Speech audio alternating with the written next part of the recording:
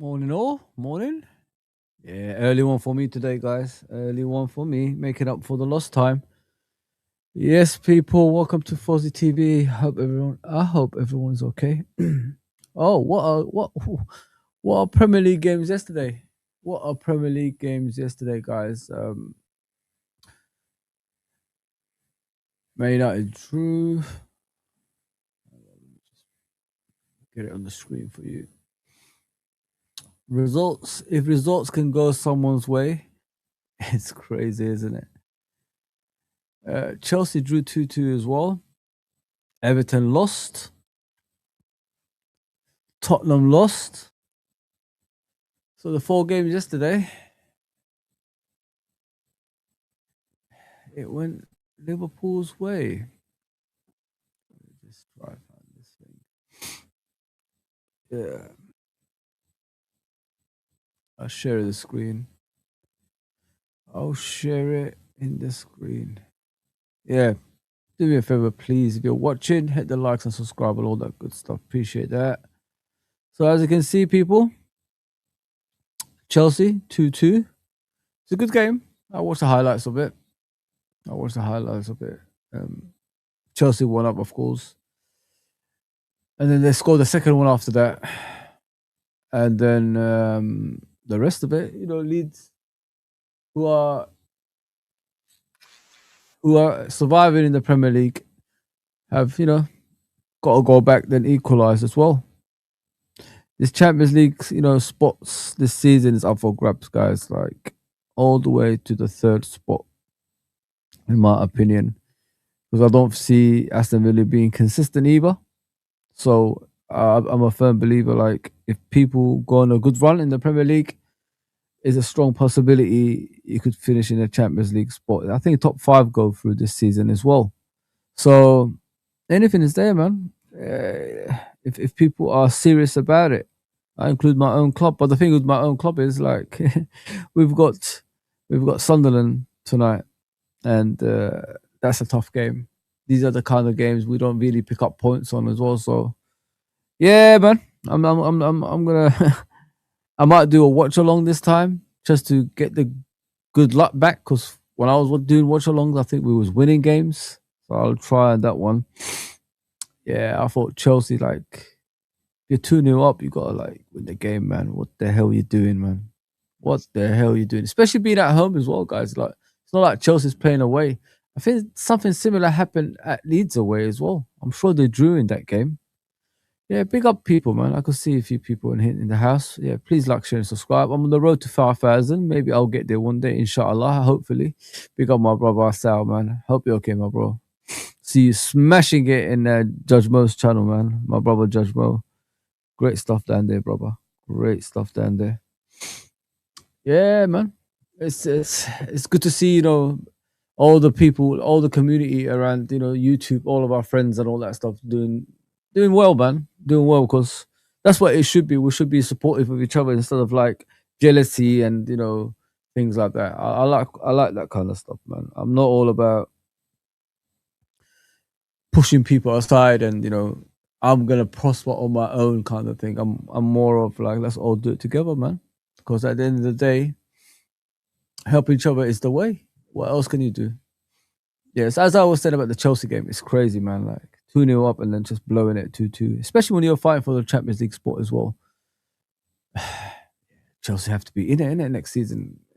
They want to progress as a football club in regards to coming back from a team that was finishing in the bottom outside the Champions League spots in the past few years as well. So yeah, I think they need it. They definitely need it this season. Yeah, big up ends. See you there, bro. Big up. Sorry, TW. Apologies. Big up, my brother. Always supportive. I hope you liked Frank's show yesterday, TW. It was quite good, wasn't it? Yeah, so I'm gonna do something he told me yesterday in the show. I'm gonna look at Arne Slot's interview fully because I haven't looked at it. I know I'm doing a morning coffee show in regards to talking about other teams, but once I finish with that, I want to look at this Arne Slot interview because apparently he's throwing people under the bus again as he always does, and gotta listen to it if you know what I mean. Big up TW, brother. Big up ends. Morning, brother. I hope you're okay, my guy. Yeah, please subscribe to these two guys. Like ends, you guys see. I remember when he started. Now, like obviously he's getting what he deserves, which is a lot of people coming on his channel, a lot of subscribers, of course, and he's on the road to 10,000. You know what I mean? Let's help him out, man. Let's help him out get there. And plus, his shows are amazing, man. I'll go on it sometimes as well, so I could do it. I could say it by first hand how good his stuff is. He invites people, he helps people, just like Sal does on his channel, just like Hussam does, and Judge Mo and all these guys do in their channels as well. Like even Fam Zone yesterday, me and Dean was on there with KJ. Like these guys, give their time, to other people and help them out as well. So they deserve everything they get, man. Get them to the subscribers that they deserve, because they deserve it 100%, man. Well, hard work, man. Hard work. They're there every day. You know what I mean? Sometimes it's very rare to see them off screen, if you know what I mean. And I like what I see, the dedication and determination, if you know what I mean. And yeah, well deserved, man. Well deserved ends, bro. I'm always there if you ever need me, my guy. Same with Sal as well. I'm sure that the Chelsea and United are trying to keep slotting a job. I'm sure they are, TW, bro. It's kind of weird, isn't it, man? Like I was expecting them two teams to win yesterday, and then all of a sudden they drop points. It's madness, absolute madness, my guy. But the thing is, guys, we as a football club, this is Liverpool, by the way. We need to get back into the Champions League next season. If we want to buy some superstars and key players at the club, you need to be in the Champions League, no matter the manager, if you know what I mean. So, yeah, we have to, guys. We have to fix what the issue is at the moment, and there's a lot of issues at our football club, and I'm worried about tonight's game. I'm not gonna sit here telling you we're gonna lose or win or draw, but the result could be a travesty at the same time. You know what I mean? So, yeah, we got to get things together, guys. Like, got to fight, man. In life, you don't get what you want unless you fight. And I don't see a fight from our football club at the moment, on and off the pitch. It's not just like on the pitch; it's off the pitch too. What are the ownership doing? Where is the people that's saying I want results or you're out kind of thing? You don't even see that, man. You don't even see that. Sorry, I'm not even on the screen. Yeah. So yeah, that game finished 2-2. Chelsea need to look sharp, man, because otherwise they're going to be out of the Champions League. And then you got this game, Everton right behind us. You thought they'll be taking over, and then they lose 2-1 at home. When the pressure is on, not everything goes your way, if you know what I mean. And that's good, man. I like that. Obviously got man sent off, or Brian. And he got sent off, but there you go, man. They were goal up, and obviously they scored a penalty, and then Bournemouth came back after that. After that, they scored two goals, and then Everton got man sent off after that. So there you go, people. If results can go your way, it's crazy, isn't it? It's crazy. But Everton at home should be stronger. You know what I mean? It's not good. It's the small, congested ground where they get results consistently and all that stuff. It's not. It's no longer that. It's a bigger pitch, wider pitch. Teams can put formations out there that can distract the home team for now, until Everton can get their feet under the table and make this new stadium a fortress. It's going to be back and forth kind of results with Everton. They're going to win, they're going to draw, they're going to lose, until they treat it like Goodison Park eventually. It's a new place, bigger pitch. Every team's got hope now, man, when you look at that. Yeah. But yeah, another result going Liverpool's way. I know it's not a Liverpool show, but just giving you guys what's going on around football, and talk about my team at the same time. But yeah, Tottenham. Like, I don't know what's going on with Tottenham, guys. Like 2-1 to Newcastle at home. Thomas Frank. I don't listen. Tottenham have a lot of injuries. I don't know if people know that they're facing a lot of issues with injuries. If you look at their first team, it's depleted. I mean, they haven't got the main players on the pitch consistently, so they're struggling. And I feel sorry for that manager. I don't know how good he is until he's got his proper team. So it's very hard to judge him when he's got a lot of injuries at the same time. It's sad. It's really, really sad that people want him out, man. It's really, in my opinion, in a way. Big up Trudeau, man. Liverpool got a line yesterday with these results. They have, but you know how we're gonna do, mate. We're gonna probably do what we normally do, um, unless something special happens. You know what I mean? Maybe we'll play better football tonight. Sorry, maybe Liverpool is back to normality. It's the hard work, bro. It's off the ball work. It's everything that we do. I showed you guys yesterday on here. Um, the penalty we conceded and Alisson is getting the blame for, but the sequence before that, like so the sequence to the penalty, nobody looked at. We do too much ball watching, at our football club. We don't really sprint back. We walk or jog back as well when people get past us at the same time. So if you're not willing to do the off the ball work and fight, you're not gonna really stop goals going in. It's gonna go in. You know what I mean? No matter what. So this is the issue that we're having at the moment at our football club. Yeah. So as I was saying about Tottenham, I think they got to keep Thomas Frank on because it's unfortunate he's getting a lot of injuries at the moment. But once he gets his players back, then you could judge him properly. Still like doing it right now, it's crazy. It is crazy. So as you can see, Ramsey and Theo scored in the first half. Gray obviously got the equalizer, and then right after that, Ramsey obviously scored the winner, which was a good finish. I think it was a left foot crossed in, low hit ball, and then he just hit it first time with his left foot, left hand side of the goalkeeper, no chance. Each time the goalkeeper was getting closer, the ball was getting further away from his arm, and it went to the back of the net, and they got the winner after that. But Newcastle actually played pretty well in this game. Let me just put it that way. From the highlights that I saw. So it is what it is. And then you got Man United and West Ham. Kind of weird, isn't it? West Ham get the goal. Souček got the goal at the 50th minute. And then Sesko obviously scored in the 96th minute. But what people don't understand is if you watch the game as a whole, as I was watching here when I was on Frank's show, West Ham should have had a few goals. West Ham should have had a few goals, and they kept on messing about throughout the game. Hence why Man United come back and got the equaliser in the 90th minute. And it could have been it could have been more than that if Man United persisted, if you know what I mean. But yeah, West Ham should have scored. Wilson should have scored a few. He kept on messing about. He should have actually crossed it in one of them. I remember there was a player in the middle. All he had to do is put the ball across the 6-yard box, and the player would have tapped it in. But it is what it is.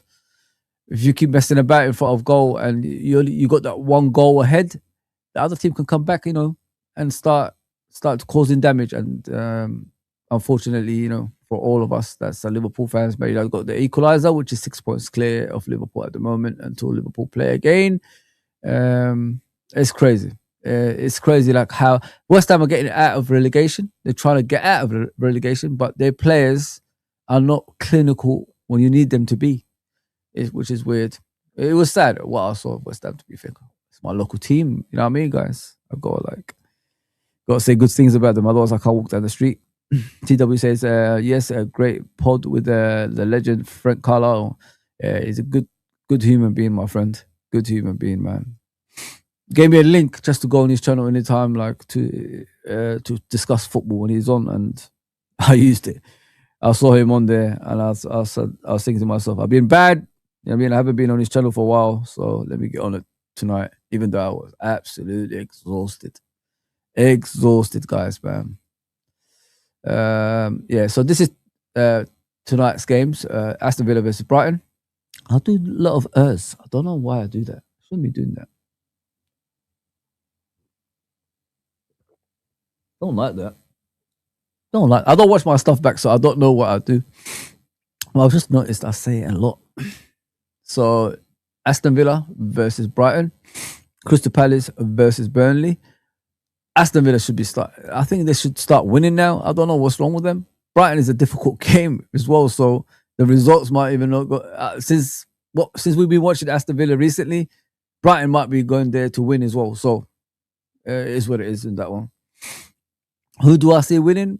I see that as a draw. I don't think either team is going to win this game. Crystal Palace versus Burnley. Crystal Palace should win this game, hands down. It's kind of weird with Crystal Palace, isn't it? Especially Crystal Palace going away to Brighton and winning away at Brighton as well. So Ismail Assar scoring a goal over there. Yeah, I'm expecting Crystal Palace to win this game. It's kind of weird, isn't it? Like, you look at Crystal Palace this season, even with Gehi in the team and that stuff, the three at the back don't work anymore, does it, guys? It's kind of weird, isn't it? I told you this about the three at the back. Managers don't last at football clubs when they play three at the back. And look at the outcome at Crystal Palace. Glasgow is going to leave at the end of the season. He knows he can't take them any further because that formation is just what it is. There's nothing, you can't work around that. The double pivot always have to be there. So after that, it's still going to be the same at the forward line. So this is what I've been trying to tell you guys. The ideas with three at the back, it's not flexible. It's what you see. So with a four at the back, at least you could maneuver the midfield. Have one, have two, have three, you could just do a lot of stuff when you have four at the back. With three, look at all the managers that play three at the back. How long are they at that football club? Not long. Because the ideas run out. Then the bottom half. I'll show you the table, man. The bottom half, Crystal Palace now. And then you got Man City versus Fulham. Man City have to win this game. Also, that game, obviously, Crystal Palace is going to win. I said, Man City is going to win this one. Hands down, man. If they want to win the league, they have to win this game. I mean, they have to win this game. If they don't, kiss away the title. Nottingham Forest, Wolverhampton, Forest win this one. If they don't win this one, then I can't be asked to talk about them anymore. This one, oh, goodness gracious me. It's going to be difficult, man. I'm not even going to say the result in this one. Because it could go either way and it could end up as a draw as well. I'm scared, man. I am scared, guys. I am fearing for my life in this one. If you know what I mean. So it's going to be difficult. It's going to be very, very difficult for Liverpool, this one. Especially Sunderland haven't lost at home all season. So how are we sure that we could get a result out there? Is Liverpool going to be the Liverpool of old? We're still waiting for it. You look at the Man City game, you go up, 74th minute. All you have to do is, keep them at, arm's length. And then they come back and beat you 2-1. Should have been 3, by the way. Yeah, I'm not going to say the result of this one because I don't want to disappoint people. And then you got Brentford versus Arsenal. I'm expecting an Arsenal win. But the thing is, Brentford are a good team at the same time as well. They've got their own European targets, if you know what I mean. So Brentford can cause an upset or get a draw at that game. But I'm expecting an Arsenal win. Yeah, that's about it, really, guys. That's this week. And then you got obviously the next games after that over the weekend. Oh, nah, you haven't got that. There we go. So let me check out the table, guys. Bear with me. And then we'll do the press conference of Arne Slot. There we go. So Arsenal are top. Of course, Man City are second. 6 points behind, by the way. So if Arsenal lose one game and Man City win theirs, that's 3 points. So if Man City keep putting the pressure and getting the goal difference going up as well at the same time, Man City could, be top. If they beat them when they play each other. So that game when they play each other could be an important part of the season. 25 games already gone, guys. Like, you know what I mean? So there ain't that many games left. It could be, this title could go to the wire like, we used to see in the past. It could go to the last day of the season. Again, like they usually fix, you know what I mean? Fix, guys, That's me, innit? Fix. Awkward! Very awkward. Yeah. That's the thing, guys. This could happen, like last game of the season. Because if you look at the form of both teams, it's similar, isn't it? They lost 1, drew 2, 1-2. It's like too similar. And then you look at Aston Villa, man, like they're not too far behind either. But Aston Villa keep dropping points recently as well. And then you got Man United 4th, Chelsea 5th, Liverpool 6th without playing yet. It's crazy, man. It's crazy. It's crazy how tight things are, you know what I mean? Think about it. If Liverpool pushed 30% on top of the 30% they've been this season. That's 60%, right? You could have been challenging for the league title. I mean, like, look at the points. Like, we're 39 points, they in 6 points. Win all your games, like the 2 draws, the losses, and all that stuff. You're right behind them. But we didn't even take that option because we're too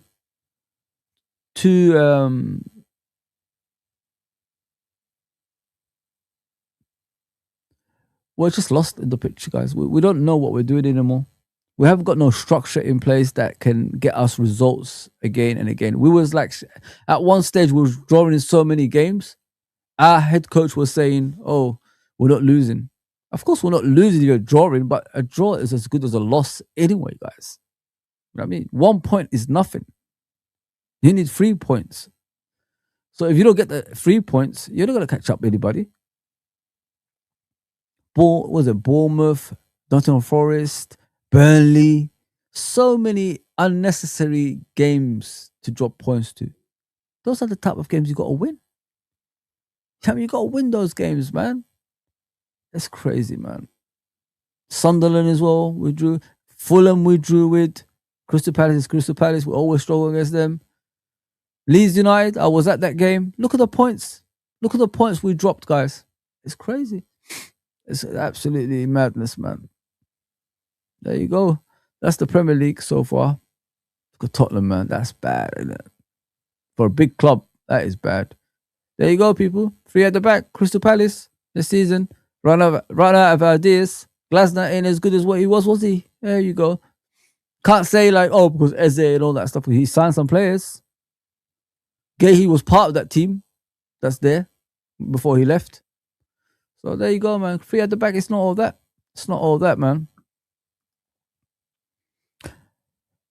Big up, Mr. Nick. Big up, my brother. I hope you're okay, man. Always, man. Always ends, man. There was a Scouse woman on Jamie's call-in show yesterday saying the local support still backs. Oh, my God. Oh, goodness gracious me, man. I just don't understand, you know what I mean? Do they hate Liverpool that much? You know what I mean? Like, what do you actually see that's making this team great? Like, what do you actually see, guys? Do you hate your football club that much for it to be this bad? As I said many times, in real life, you wouldn't accept this if your business was going down the drain. You wouldn't let it last this long. You would nip it in the bud early. You know what I mean? You would get rid of that person that's not doing what you want him to do early. You sack that person. But for some reason, when it concerns Liverpool Football Club, even if we're in the bottom half, they will still. If you look at our actual form, we should be in the bottom half. Thank God the Premier League is not as strong as it used to be. Let me just put it that way. That's a bottom half performance. What we're doing right now, guys. Where Man United was last season. That's what we're doing. We went from a team that's going to challenge for the league title to retain it and Champions League at the same time to a team that's struggling to get into the top 4. That's competing with Man United. I mean, like, that's a joke. Sorry, Man United listen, they're a big club, but they're not as what they used to be. They're not as good as they used to be. We're next to Brentford, man. Look at the points. Look at the points, guys. Like, we're equal with Brentford. We're close to Everton. We're close to Bournemouth. We're close to Newcastle. We're close to Sunderland. We're close to Fulham. That's where we are. That's the current league champions. That's us here. That's us. And people are defending this. What are you actually defending? I don't understand. Man, get out of here with this nonsense, man. It's sad to watch, man. It's really, really sad to watch. This is you know what it is, guys? It's the new generation of football that is allowing this to happen. I don't think I speak to Frank. He's the older generation Scouser. So the older generations, they don't accept that. It's just a new generation because they're not used to winning. Have you ever thought of that, guys? Like, they've come around the 30 years of Liverpool's bad era, worst era, as they say. So if they come around that time, what do you expect they're gonna do? They're gonna back things like this. They used to be in sixth. They used to be in eighth, 10th, because that's where we was in the 30 years. That's why with me, I will never accept that because I know what this club is built on. I'm not gonna sit here and tell you, oh, Arne Slot won the league last season. That's why we should give him a bye this season. We'll get out of the Champions League. We'll get out of this. We'll get out of that competition. Let him criticize players publicly. All that stuff. What the hell is going on here, man? Oh, goodness me. We're all over the place. We are all over the place, man. You're back in this and you call yourself a Liverpool fan. Crazy. Arne Slot is not the man, people. Arne Slot is horrible. He has no idea what he's doing. If you've got ideas, the results will change. If you've got ideas, the players will run that much further for you. His man management skills is as good as a 10-year-old. And I'm sorry, 10-year-olds, you know what I mean? He's got nothing. He's got nothing left. The players don't even run on the pitch anymore. The players are ball watching when we're defending. So anyone can get behind us and score a goal. That's how bad it is. Look at the first two goals. The penalty, the Haaland header. What was the players doing at that time? You look at Van Dijk, ball watching instead of watching Bernardo Silva next to him to distract him, like block his path, nudge him, run next to him before he shoots, so he could block the shot. He didn't do that. He was ball watching. Go and check it out. Then you look at the penalty.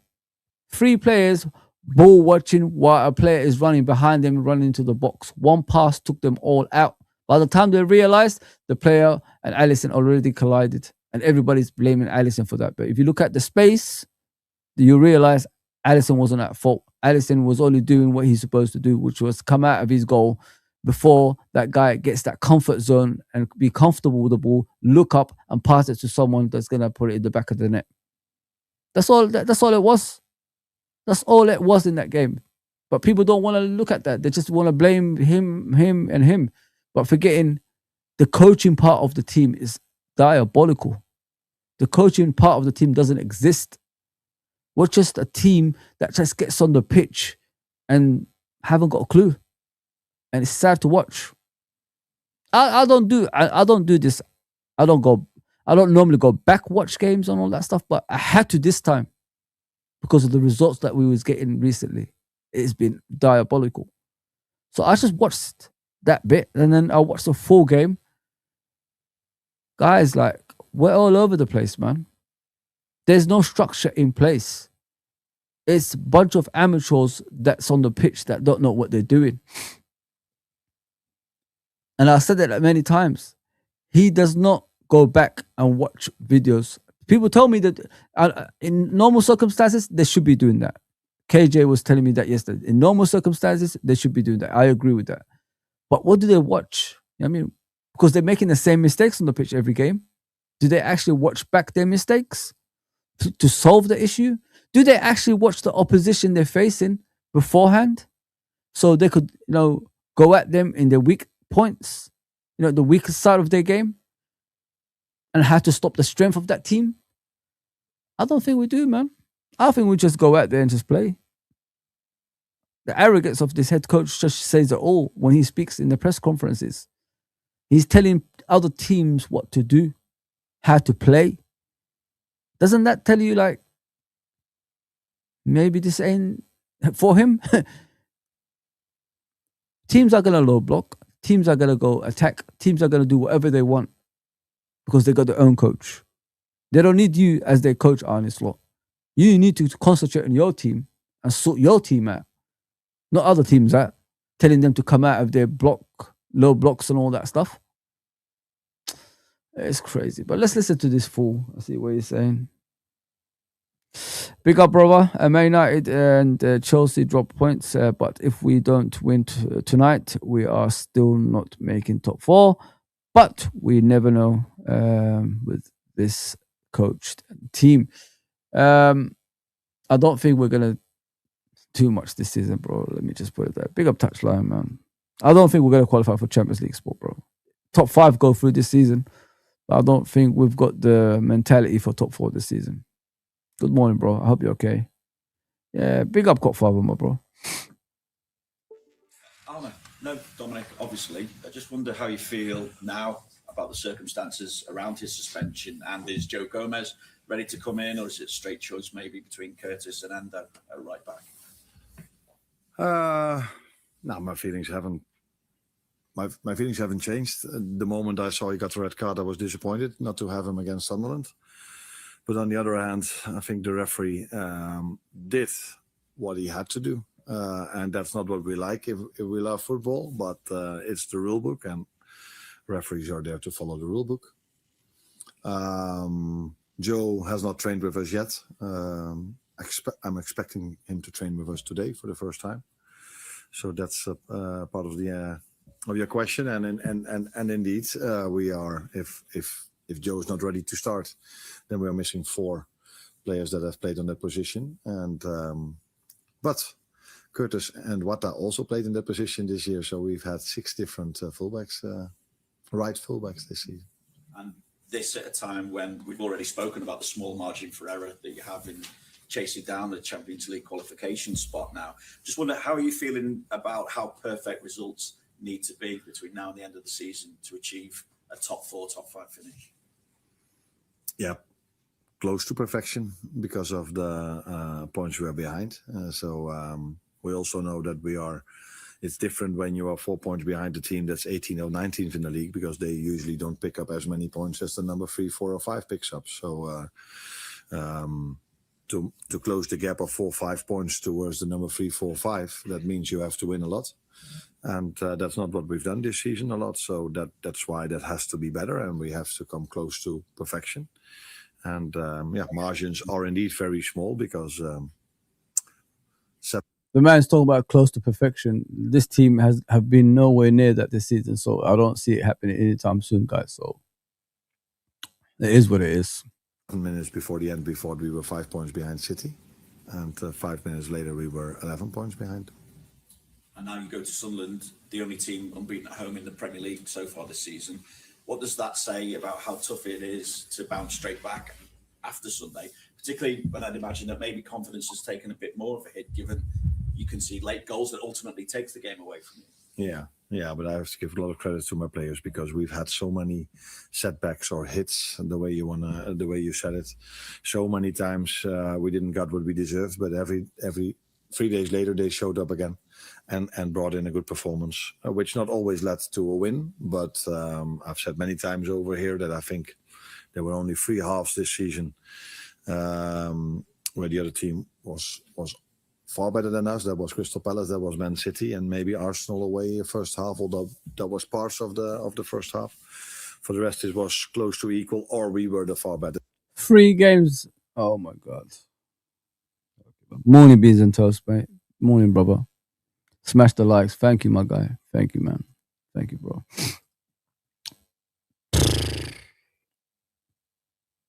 I don't know what he's watching. I really don't know what he's watching.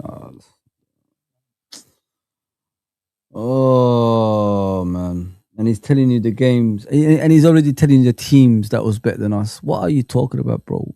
We're one of the worst teams in the Premier League this season. What are you talking? We've lost 8 Premier League games, brother. What are you talking about, man? We've lost 8 games in 25. What are you talking about, you bald idiot? 3 teams better. What are you talking about?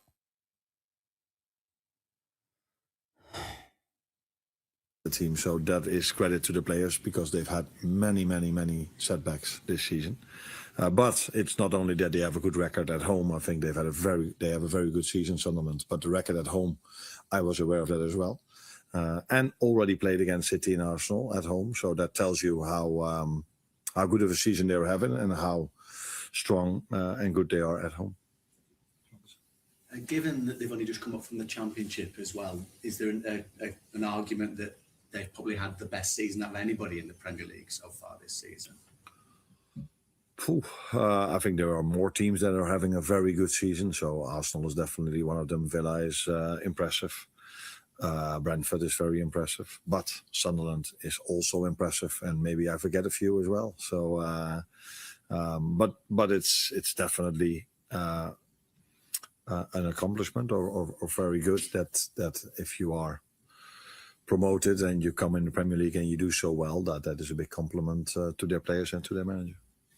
Nickname is the Black Cats up at Sunderland, obviously synonymous with luck and everything.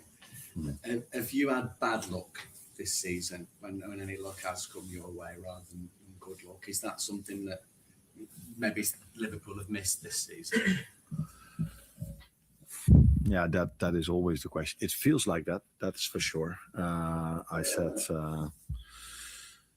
even if we sign a player and he's not even playing for us, he gets injured. So yeah, sometimes it feels like that. But the moment you start to feel it's all bad luck, probably it comes to you as well. So we should keep it away as much as possible and just focus on the performance and focus what we can do to improve it. But the amount of times that we conceded late goals in extra time is far more than usual. Yeah, the question is, it bad luck or are we to blame? This guy is an idiot, man. You're the bad luck, man. If there's any bad luck, it's you. So just fuck off, man. I can't take slot anymore. No more. I know, guys. I know, but I've been told to watch this, and that's why I'm watching it. It's nothing to do with I want to watch it. I don't watch his press conferences like I used to anymore. Yesterday, because I had a show after this with Dean, I couldn't really, show you the full interview. So I just want to watch it, and then we'll get rid of that. We'll do the tactics and then the starting lineup. Sorry about that, guys. I know, beans and toast. Big up Rodrigo. I can't listen to this rat anymore. Get him out now, for fuck's sake. Stop this nonsense bullshit. Yeah, bro, I agree with you, man. But I just want to see what he's saying. That's why I've been told to watch it. He said something about certain players. So I just want to say my piece, if you know what I mean, guys. Apologies if you don't want to watch it. But yeah, get the chat going, guys. Appreciate that. Bald jackass. Wow. Slot turned everyone to doubters. Yeah, yes. We had believers on the Klopp. He's a doubt side. There you go. It's not doubters to believers. It's doubters now. Just complete doubters. He's rubbish, man.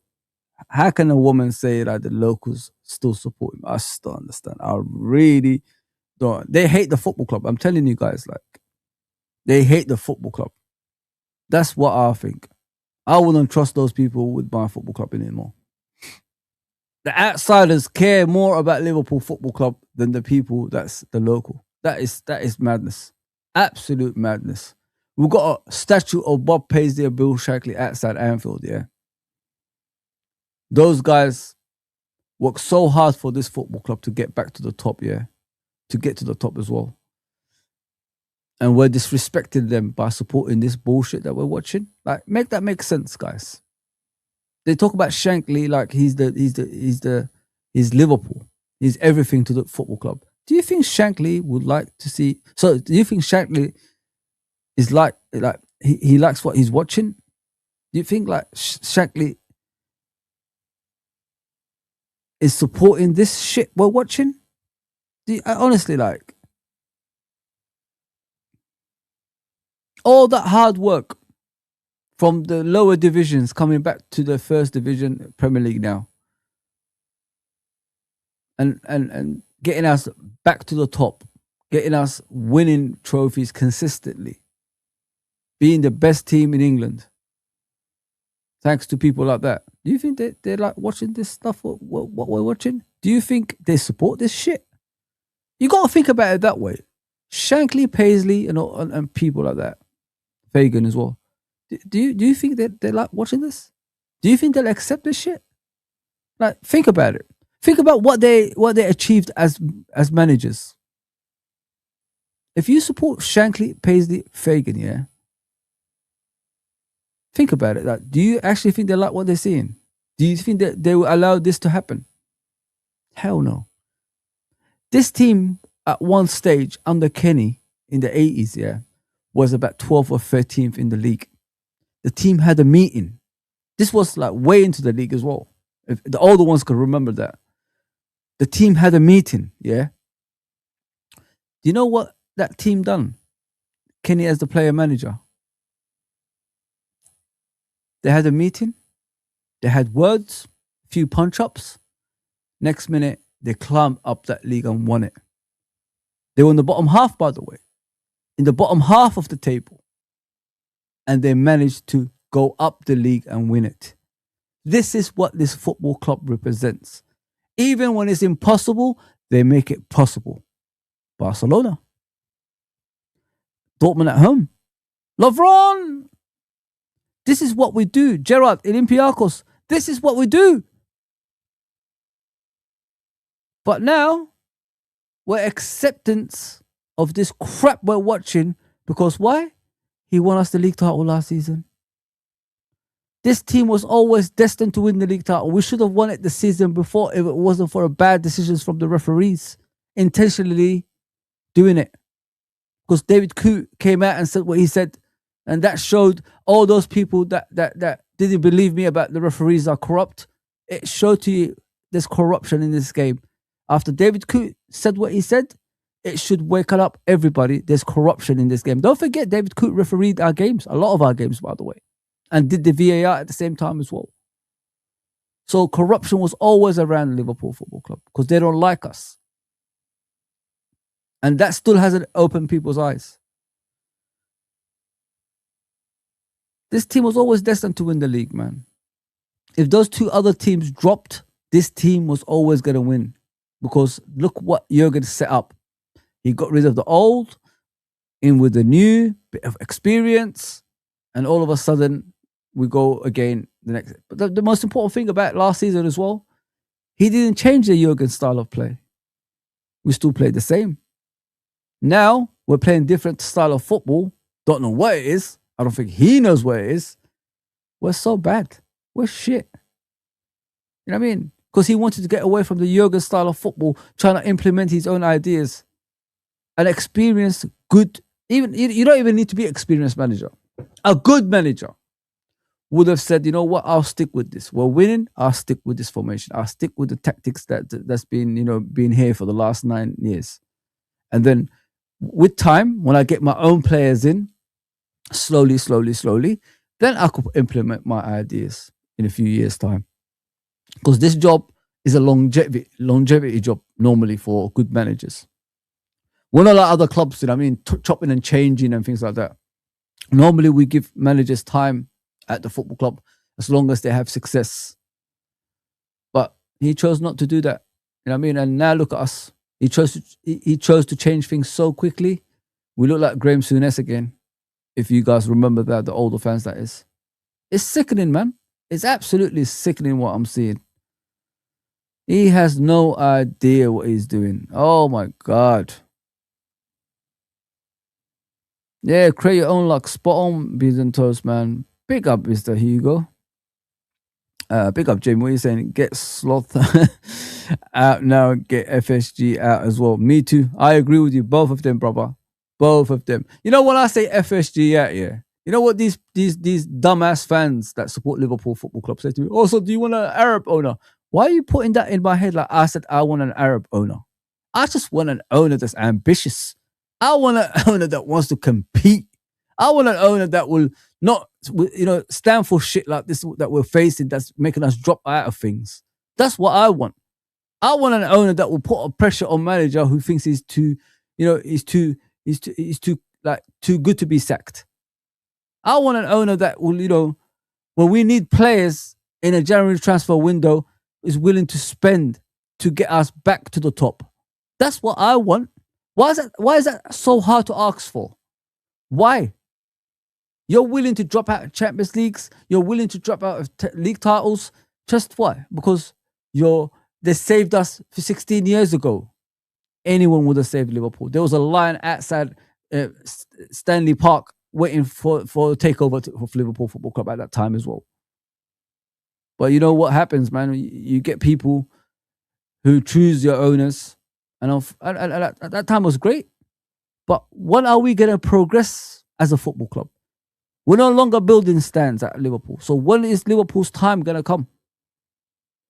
We wasted so much time with Man City and us going back and forth. Arsenal's coming to the equation now. Arsenal started believing they could win the league. It's crazy, man. Football is about results. Liverpool is about winning trophies. And we're slowly forgetting that. At the beginning of the season, like I said, we was like thinking about 21. 2 million people go to Liverpool to celebrate at the end of the season, and plus Champions League, probably final or winning the thing. That's what we was thinking about. And now look at us. Get out of here with this bullshit, man. Get out of here, man. Sack everyone at the club. They're all shit, bro. Bro, if we lose tonight, I hope you all come out, man. I'm going to do a late stream around probably 11, maybe 12. Because I don't want to step on other people's toes. I might even do it straight after the match. I don't know, but just keep an eye, man. Shankly would have got rid of the crap already. 100%, Hugo. 100%, bro. And then you got locals saying, "Oh, we're back in this fucker." Fuck off. Get lost. Big up, Nate. I see you there. Big up, Nate. I think I've tried many different things. So I've made defensive substitutions and the ball went in, and I kept playing the same players and the ball went in. So we've tried a lot. And sometimes it feels, I can fairly say that we haven't been lucky. That is definitely true. Is it then unlucky or is this part of who we are? Yeah, that is something we can only find out in the upcoming 3 to 4 months. Hi, Arne. You've said there you had 6 different right backs at different points. What impact do you think that's had then on your form this season to have changed that so often? Yeah, but then you only focus on the right fullback position. I think I've had to change in many positions as a result of, because if Dominic plays as right back, he can't play in the midfield. So you have to change the midfield. Like when I say Arne Slot is against Liverpool, when you're playing Dominic Szoboszlai as a right back, Dominic Szoboszlai has been the best player this season. You know what I mean? Like for Liverpool Football Club. I honestly think the rest of the players have fallen off so dramatically. He still is consistently playing the way he normally does. I thought last season he was much better. Obviously, this season he's scoring. His game has come up more. You know what I mean, with the set pieces and all that stuff. But last season, if you look at Dominic Szoboszlai, like he supported Salah. I mean, it was him and Salah that actually did a lot up front for us to win the league last season. If you think about it, majority Salah, but Szoboszlai did play his part at the same time. If you look back. Scored important goals, Tottenham away, Man City, of course, away, and certain other games as well. So Dominic did play his part, if you look at last season. But if you're playing him as a right back consistently this season, when you've got right backs on the bench, then there's something wrong with this head coach. You know what I mean? What's the point in putting right backs on the bench if you're not going to play them? Forget about Ramsey, guys. I'm not even talking about Ramsey. There was times Gomez was on the bench consistently, and he still hasn't played him. So you're already taking the power of the midfield out of that, front line. You're putting him as a right back. So what are we going to do? Don't you ever think to yourself, the reason we concede goals is because majority of the time Dominic Szoboszlai plays right back? It's not like what he did, obviously, for the goal they scored, playing the player on side, Bernardo Silva.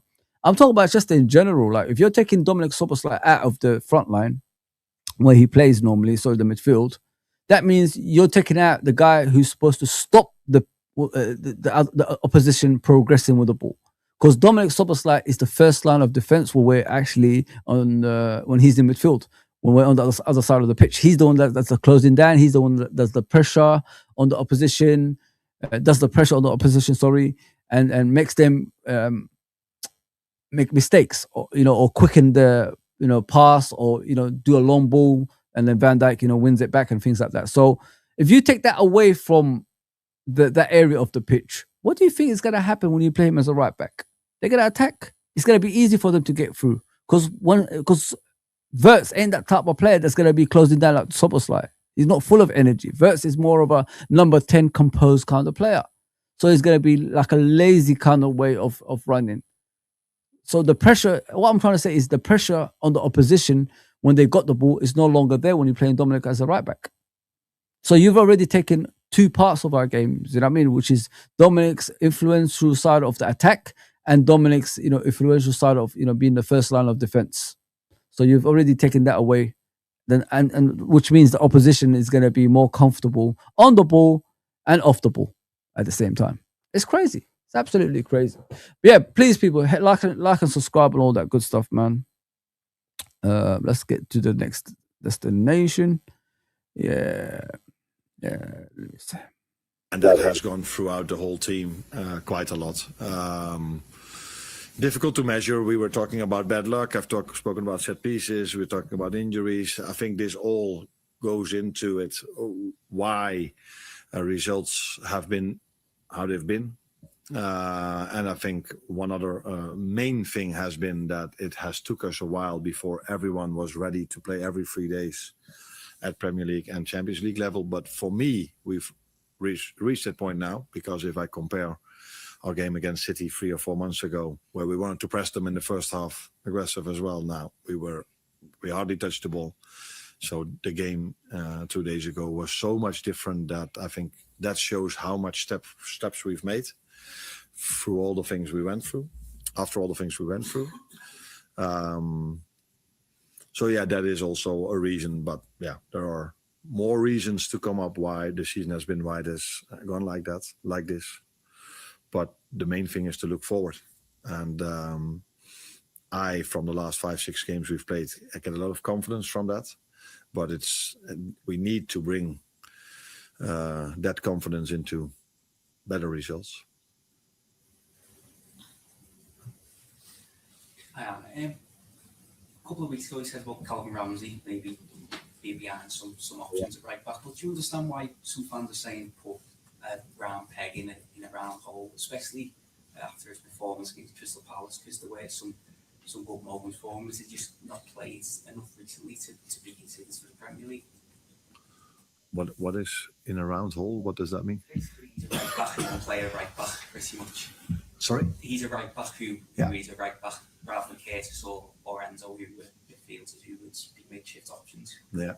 Now, I think in general, if you don't win a game, the players who are not playing become the best players of the squad.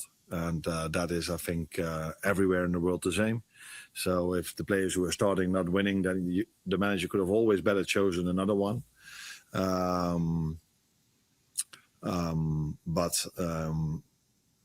That and I think this is an example of that as well. I just want to protect all my players, and I've chosen other players till now. And when he says like he's protecting all of his players, he's protecting Ramsey. What are you talking about, bro? The guy asked you a simple question. Why don't you play a right back by trade as a right back? The results ain't changing as much as you think it does. We don't win games anymore. So maybe if you play a right back that's a right back at right back, you could probably win a game. Maybe things will change. Don't you want that to happen? The thing with this guy is, he doesn't want people to prove him wrong. I've realized that with Arne Slot. He does not want people to prove him wrong, guys.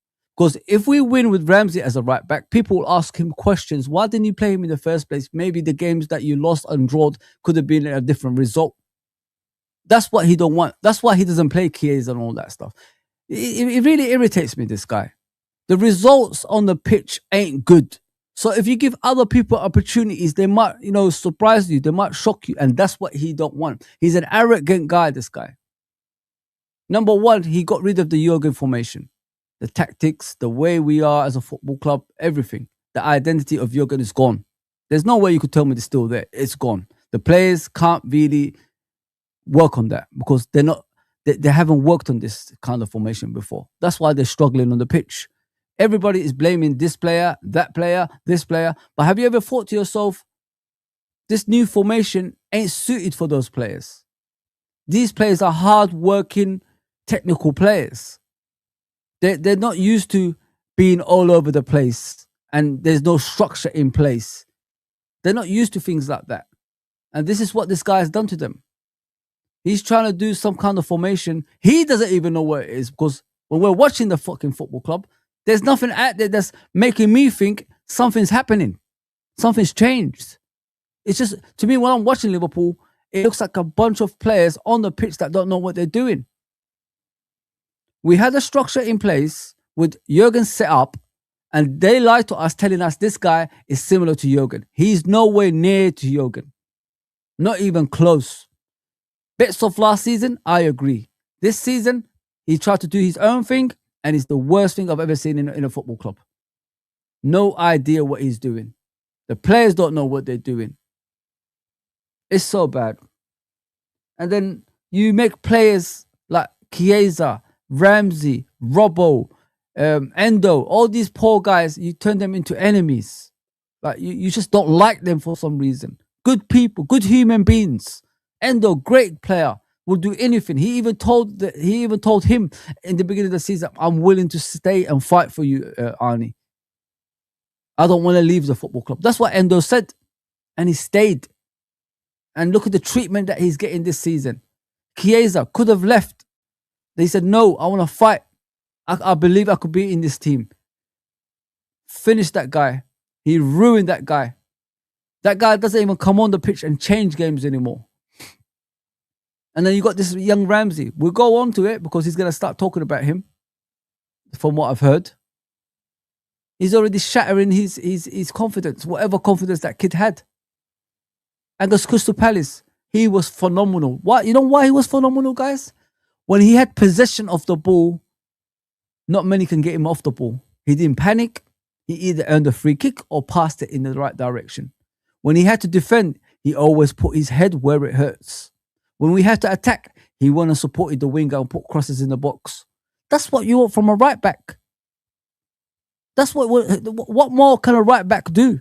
And this is Crystal Palace, by the way, a team we always struggle against. That's our kryptonite, Crystal Palace. Crystal Palace is a team we always struggle against. We always lose to, because we can't really accommodate their formation. We can't really overwrite the formation they set in front of us. We always struggle against them. And that kid had a phenomenal game from what I can remember. But for some reason, he's always taking the piss out of these players. How do you know these players are not going to perform if you don't give them the chance? How do you know Chiesa might score? How do you know? How do you know? Like whatever you could think of, like how do you know it's not going to happen? These players could come into the team and we start winning again. That can happen. That can happen, guys. These players can come into the team and Liverpool can start winning. Chiesa can score goals. Ramsey might defend better on the right side. Endo might be the dominant midfielder that we've been asking for all season. You don't know. I know, like we're saying, he hasn't got the legs, but you don't know until you try it. How do you know all this stuff? How you read into the future? And we're not in a position as a football club right now to even question things like that, because we're not winning consistently. We only had one win in the Premier League all year. We're in the month of February, guys. We're February 11th. We've won only one game in the Premier League. So how do you know these players can't even like do something on the pitch? I just don't understand how you could read to the future and think to yourself, they can't do things. Your current players are not doing things. Your current players are struggling. Maybe if you do competition for places, now like the Champions League is probably out of our hands. Maybe if you change up things on the pitch, maybe the players that wasn't performing in the first place that you benched are going to start performing when they come on again. But you're not even doing that. You're just saying, I'm protecting the players. No, you're protecting what? There's nothing to protect. The season is all over the place. We went for a team that was, challenging for a title to a team that's just scraping Europa League position at the moment. I don't get what this guy is talking about. He doesn't know what he's talking about. Also, Slot doesn't have a connection with the fans and the city. He is just like an office guy trying hard to keep his job and have a good CV. Yeah, you're spot on. Doesn't transmit nothing at all. There you go, bro. There you go. Nadal Slot out now. He is awful, bro. So Nada's I don't know. Yeah, he doesn't know anything at all, bro. He's awful, bro. He is awful, man. He is awful, man. Nada is absolutely ridiculous, man. I've had enough, bro. I've had enough, man. The guy is talking like we're top of the league. Actually, we could defend things and all this stuff. Like, what are you talking about, bro? We're in no position to even question who plays in the starting lineup right now. We're in no position to question that, bro. Give people a chance now. Play different players now, bro. Give these guys hope.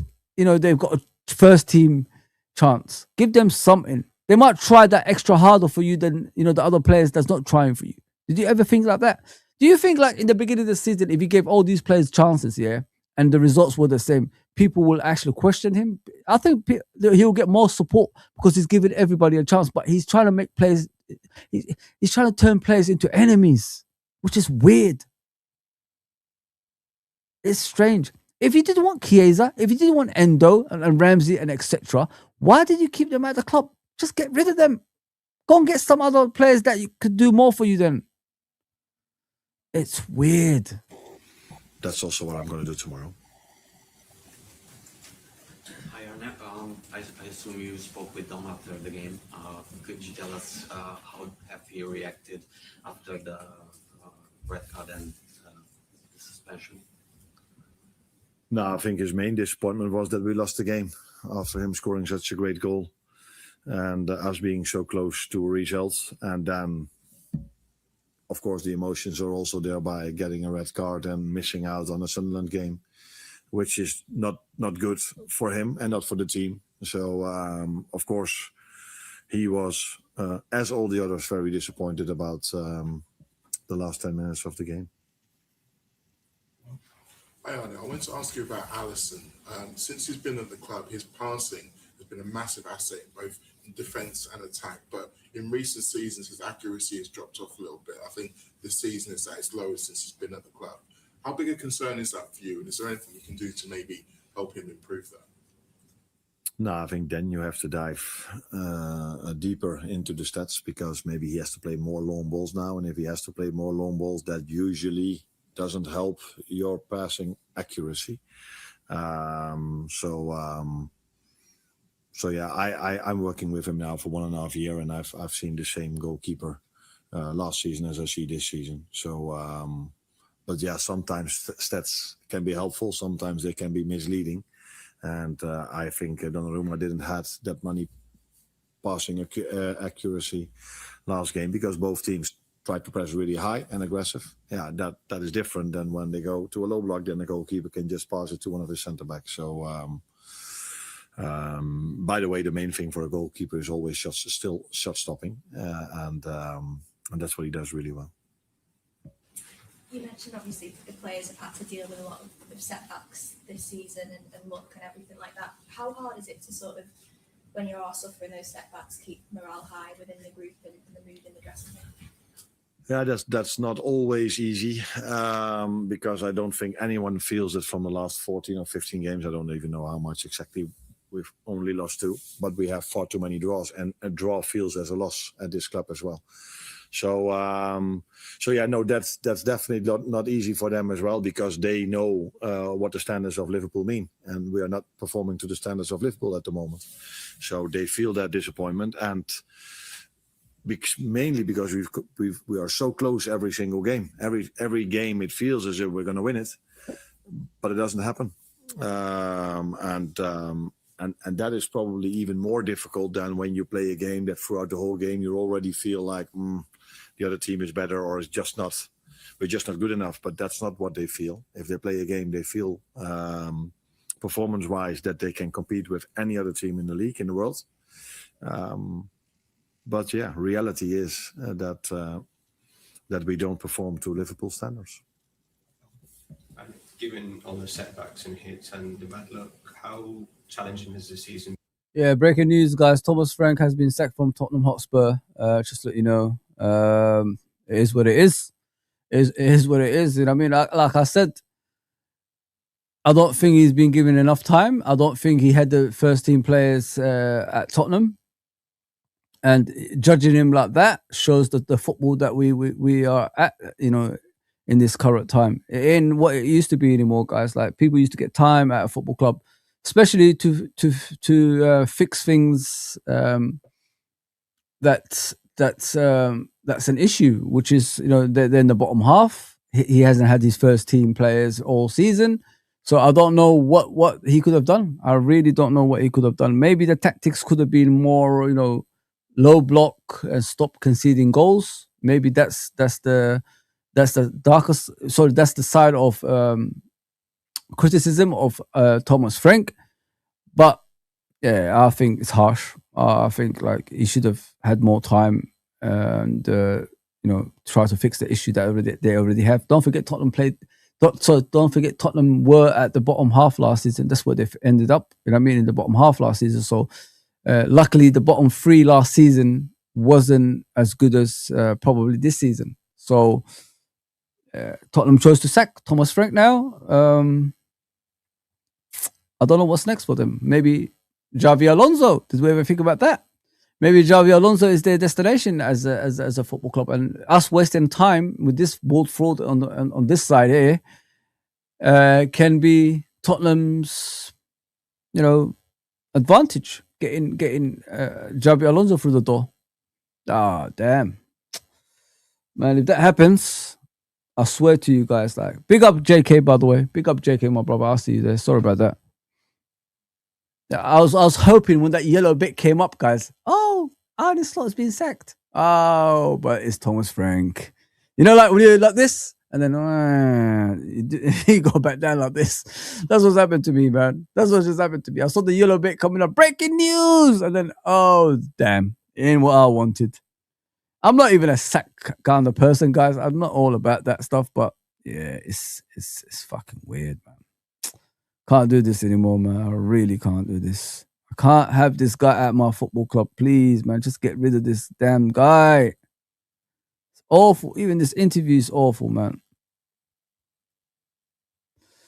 Yeah, Thomas Frank is gone, man. Hang on, that's not it. There you go, people. Breaking news. Let me get to the chat. What are we saying? Shankly, Paisley, Ronnie Moran would have got rid of the... Yeah, 100%, bro. Yeah, I don't want to say that word, but yeah, I agree with you. I am fed up of seeing Slot's face. All ball watching, no shouting, directing. Yep, 100%, bro. 100%. 100%, man. And was it an all seeing in training? All we're seeing in training, yeah, there you go. Is they playing tennis? Yeah, true, bro. I see that a lot. I'm thinking to myself, guys, they're like, you need to fix up. They're just mucking about and playing this tennis shit that you said. Yeah, 100%, bro. It's crazy. It's absolutely crazy, Hugo. Big up, Nate, man. Big up, Fozi. The whole lot must be sacked. Slot, Hughes, and co. I just want these owners to go, to be fair. I've had enough, man. I want football fan. I want a football fan owner.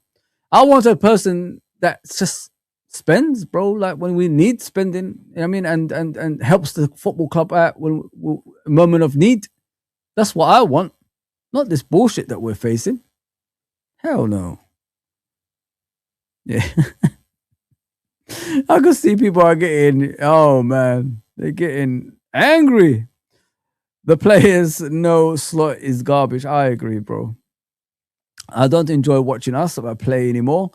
Hard to watch us continue playing like this shit. Yeah, 100%, bro. You know, I used to watch games back, innit? just to see what we could improve on. I actually just love watching Liverpool. My wife just gets fed up with me because she wants to watch her programs, and I'm watching Liverpool again and again and again. I don't even do that no more. I record, then I start, even if we win, I still delete it. I just can't watch us. What's shit to watch, man? Yeah, I agree. I agree, Beans the Toast. I agree, bro. Nothing is changing until bald fraud is gone. I agree. Slot makes my blood boil. All he does is lies, deflects from the reality, and make excuses to justify his incompetence. Yeah, 100%, bro. I agree with you, my guy. He's awful, my brother. He is absolutely diabolical. Well, we're finished, man. Like, I don't know what people are holding on to. I really don't know, man. You know, like you expect after that parade you saw last season for the club to react even better. Do you guys know our net spend was 235 million? That's what it was. It wasn't 450 million. It was 235 million because 7 came in and about 10 left, and on loan players as well. Don't forget on top of that. So we've actually weakened our squad instead of like strengthening our squad. Hence why you see 2 goalkeepers on the bench. Did you ever wonder, like, why am I seeing 2 goalkeepers on the bench? That never happens in the Premier League. It's because we haven't got the depth. It's the players that's registered. We can't even get players from the youth. We're awful, man. Oh my God, man. We're so awful. I can't believe what I'm seeing, man. He is stubborn and he's a twat as well at the same time, bro. Yeah. He talks BS, I swear. Oh, Beans on Toast. It's the same interview. Haven't you guys noticed that? It's the same interview every day, every single time he does it. The press conferences are the same. After match reactions is the same. It's like I've been here before. Like sometimes you stand there and think to yourself, have I gone back to the future? Like Marty McFly just arrived. Like, did he take me on that car, like Back to the Future? Because I've seen this before. You know what I mean? Like, you know what I mean? Are we going back down there? Freaking hell, man. Oh, man, I might as well just watch movies, man. I miss Back to the Future. I must have watched that film about 50 million times. Players are there to be played. He's just doing fuck all about it. Yeah, spot on. I don't understand like when he talks about players and protecting them. Protecting them for what? They're footballers, man. They're millionaires. I don't think they care if they play badly on the pitch, my brother. They've got money for a lifetime. Money we all dream of in a week. Their wages in a week can buy me 2 houses, bro. 2 houses they could buy me. They could buy me a house in the West End. A flat in the West End they could buy me with the money they get in a week. And you're telling me you're protecting them? Are you fucking mad? Get out of here, man. Get out of here. Wow, Fozi, you have hit the nail on the head. Slot doesn't want to be proven wrong. Cannot agree with you more. Bro, I've said that before about Chiesa, my guy. Imagine Chiesa scoring goals, doing the she's knits, as they say. Doing the she's knits. And the press asking him, why haven't you played him before? You had this great player on your bench who never complains, who comes on every 4 minutes at the end of the game when you put him on. And now you're playing him and he's playing well, creating goals, scoring goals, defending for the team. Something you needed in the beginning of the season. Why didn't you play him in the beginning?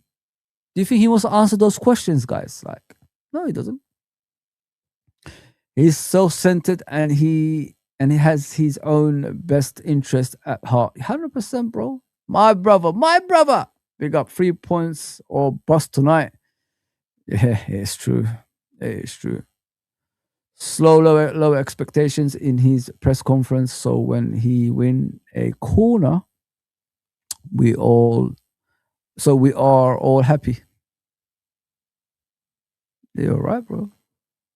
You're right, bro. Spot on. game for you personally? Would you say it's one of the toughest, if not the toughest you've ever had? Yeah, that's fair to say, by a mile. Because all the other seasons I've managed, that there was only positives. There was never. Don't think I've ever lost 2 games in a row. So it's an exception this year. It's a fucking Dutch league, bro. What are you talking about, my guy? You didn't go to the best league in the world. You're not actually managing the best league in the world. It's a fucking Dutch league, my guy. Like, what are you talking about, my guy? I haven't lost 2 games in a row. What are you talking about? It's a Dutch league. I haven't lost 2 games in a row. Shut up with that laugh as well. For me, as it is for the players are not used to losing a lot or having a lot of draws. I'm not used to that as well, and it's always more of a challenge after you lose a game of football to get them going again than after a win. Tell them that we were not as good as they might think they are. So yeah, this season has been more challenging for me as well, but you also take nice things out of it. How weird. What nice things? What are you talking? You know what? He's doing my head in. He's doing my head in now. You take nice things of the season. What's nice about this season, bro? What have we done that's nice, my guy? We've got out of the Champions League. Sorry, we got out of the Champions League spots. We don't challenge for a league title. We don't challenge for a League Cup. We don't even look like we're even gonna qualify for the Champions League. So what are you talking? What's nice about this season, bro? What nice things can you take out of it? What nice things, man? No league title. No Champions League spots. We might not win the Champions League. We're at the League Cup.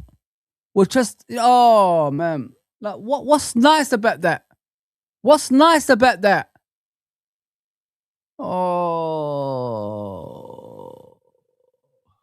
Can't do this. I hope it's near the end. I can't do this. Oh, thank God it's near the end, man. We've got a couple of minutes of this shit. De Zerbi probably going to Spurs. Probably Xavi Alonso. Never know. Salah is finished. Wow. Sell Salah to Saudi ASAP. You're not wasting any time there, are you, brother? That may sound because if we are able, I also look at how much improvement we are making. So the main thing as a manager you're always looking for is the results. But it's also important that players and the team improves, because if that doesn't happen, we're even having a bigger problem over here. But in my opinion, everyone is now able, except for maybe the players who were injured, but everyone is able to play every 3 days at a intensity level that is needed at this club, but here in the Premier League as well. And as a result of that, I think our performances are much, much, much, much better than they were in the start of the season.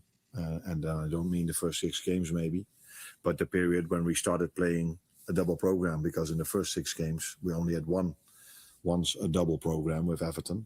Now that was a difficult win, and since we went into that double program, we started to drop so many points. No, I mean, it's the toughest. He said it's by a mile the toughest. Personally, have you done anything different? Yeah, you always do something different because you cannot compare any season with another one. So, and it's different, as I said, to lead the team or after a loss, or after multiple losses, or after multiple draws than it is after a win. But I don't think anyone in this building would tell you that I've completely changed. No, I didn't. But it is different after a season that we're having now than all the other seasons I've managed, where we always did something special, and there's still a possibility that we can do something special this season as well. Arnold, just in terms of making this an acceptable season, do you have to ensure there is Champions League football here next season? Acceptable? Yes. Yeah. If we don't have Champions League football, it's definitely not been an acceptable season. You talk about obviously the model of sustainability. That relies so much, doesn't it, on that would have an impact on summer plans and everything else. That's what I said. When I arrived here, we could only sign Federico Chiesa, and that was after a Europa League season. So that does have an enormous impact in the way this club is run. So that is clear. Yeah, we are completely aware. I'm completely aware of that.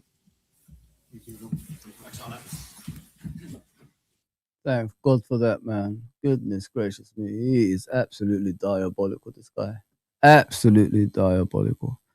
Yeah, the breaking news is Thomas Frank has been sacked from Tottenham, guys. Just let you know. If you don't know, now you know. If you don't know, now you know. Yeah. What are you saying, Mr. JK? Having arrogance as a top manager is needed, but can be used in the wrong way.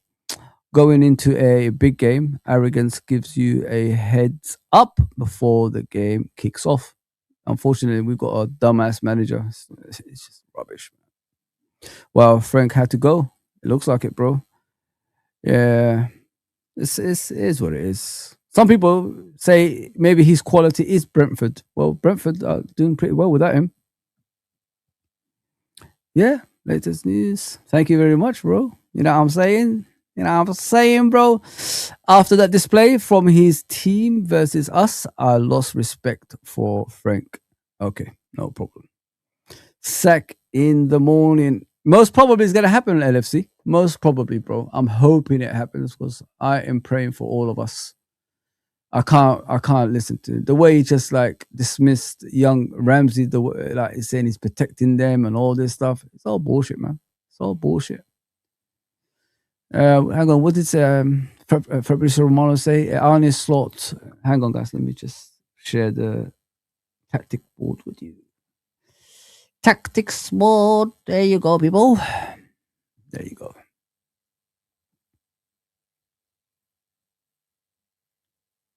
Arne Slot on USL affecting future plans. The only thing I do know is that it happened before. Oh my gosh, it's bullshit. I can't do this anymore. So, guys, let's do the tactics before we continue. Appreciate everybody that's on. Get your chat going, of course. That's what I'm here for. At least you get something out of me than Liverpool. Maybe if I'll show you this pitch here, it makes it more easier than what we watch when we watch Liverpool. You know what I mean? Yeah, sack in the morning, bro. Sack in the morning. Could have done the low blocks. Maybe we could have done that. Harsh. He's in a relegation battle. I know what you're saying, LFC. But if you haven't got your best players, what can you do, bro? When you're putting reserve players on the pitch, what can you do, bro? All season he didn't have that, my guy. Breaking news: Arne Slot never getting sacked. I agree. He's still gonna be here forever, ever. Yeah, man. I wish we hear this again. Since I come here to Liverpool, or to Anfield, I've drummed it into our players time and again that they are privileged to play for you.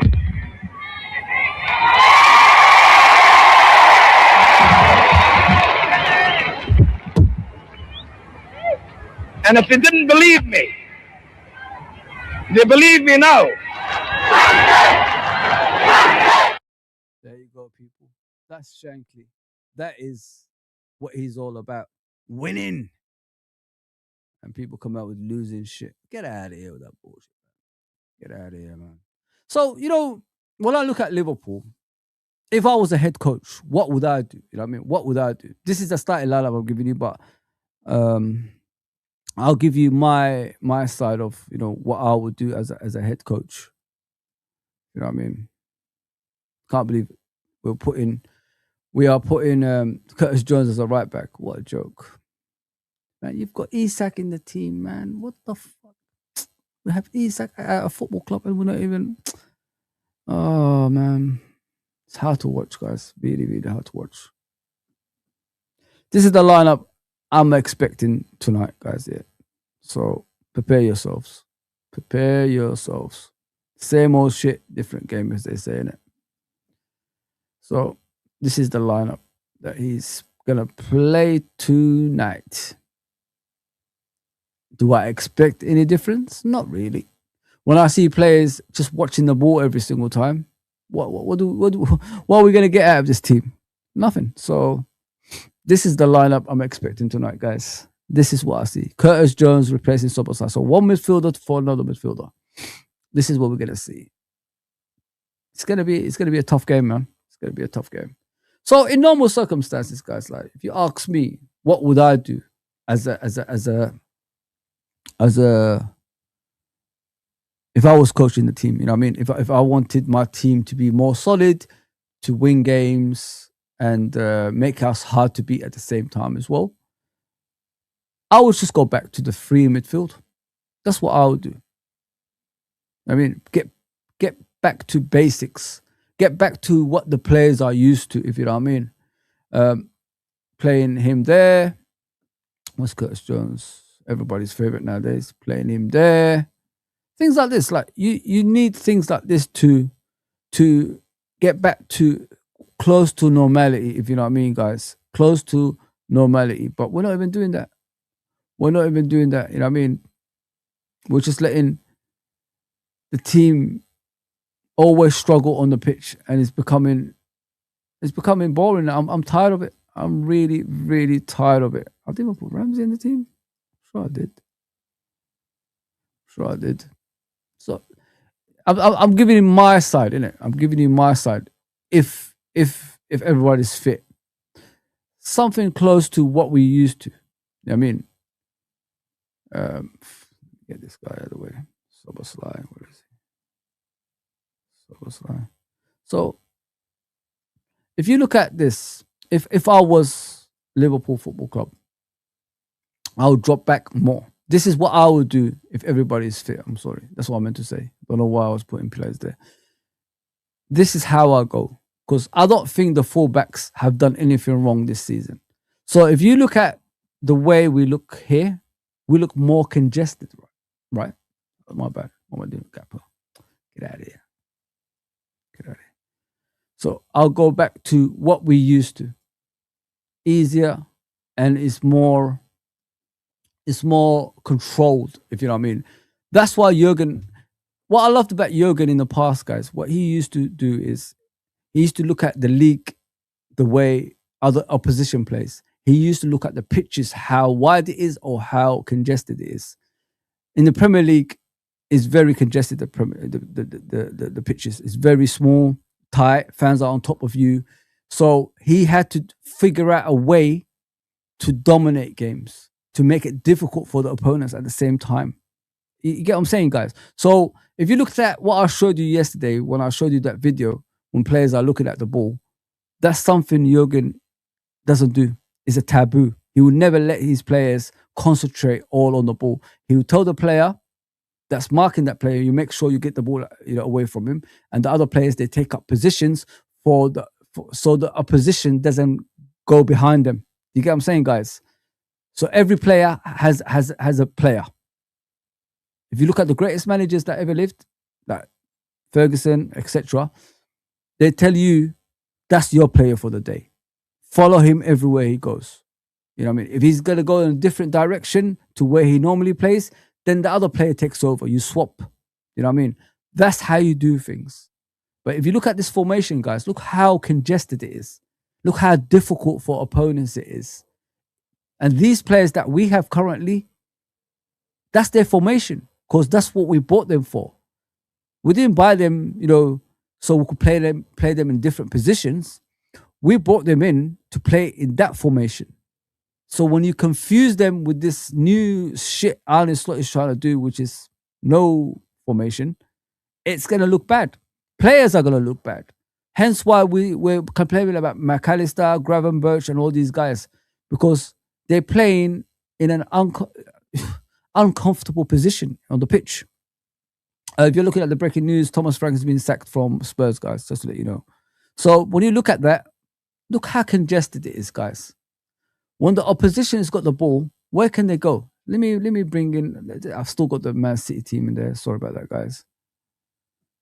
Let me bring in Haaland or someone. Where is he? Yeah. Look how uncomfortable it is for Haaland. See?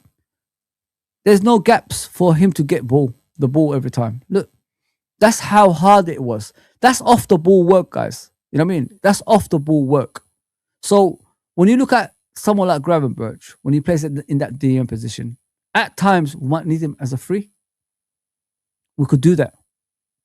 But when we got a 2, we can't do that because they're confused who's going to stay back and who's going to go up. You know what I mean? They're confused. That's why it looks confused.com whenever we watch Liverpool when they're playing recently. Nobody knows what position they're playing in. That's why I said maybe we have to go back to what started this team to fix the issue that we have at the moment. I know we want Arne Slot out, but I still want Champions League football next season. Maybe we have to go back to this to get back to Liverpool that's winning again. Look how congested that is, guys. There's no gaps. There's nothing. It's not only that, we haven't got, if you look at the right back position, it's Frimpong. You know what I mean? He could run up and down and all that stuff.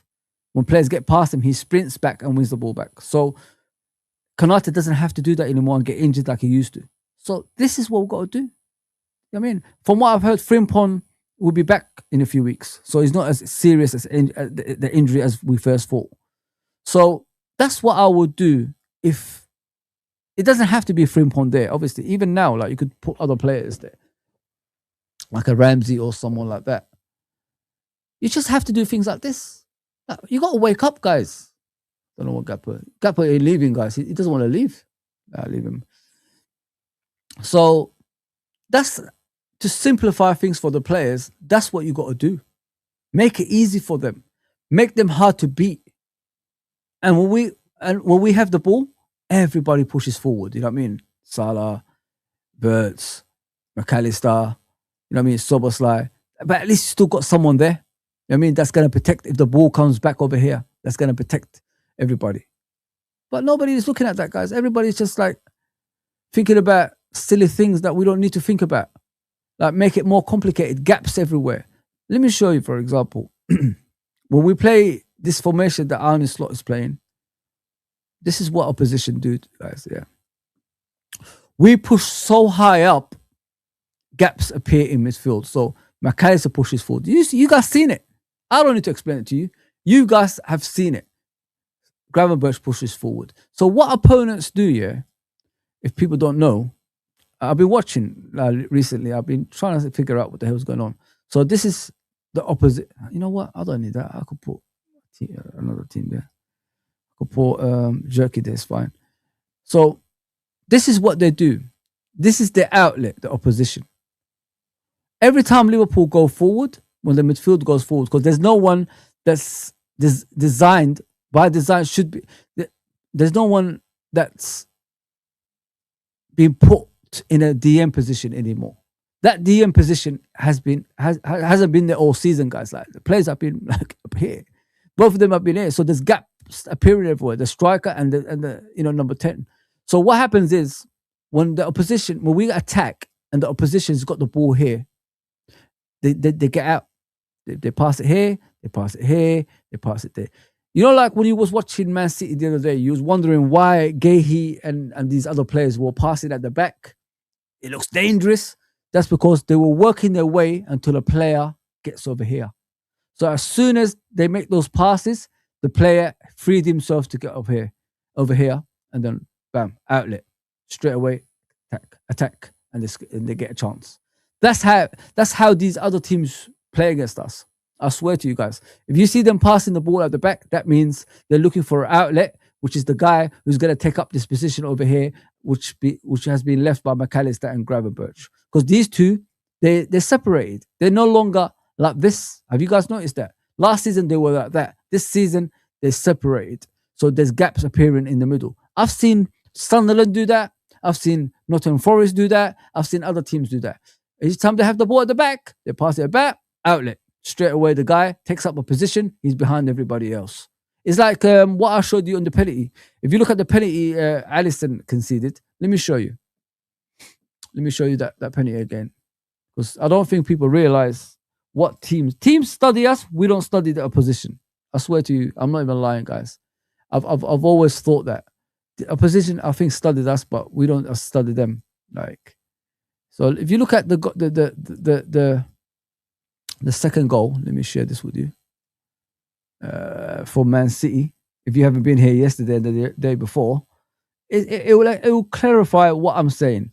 The opposition always prepares for us, guys. We don't prepare for the opposition. That's the difference. If I can see this little old me, Fozi at home, watching this, sees it. Breaking news is Thomas Frank has been sacked from Tottenham. Just to let you know. Look at this, guys.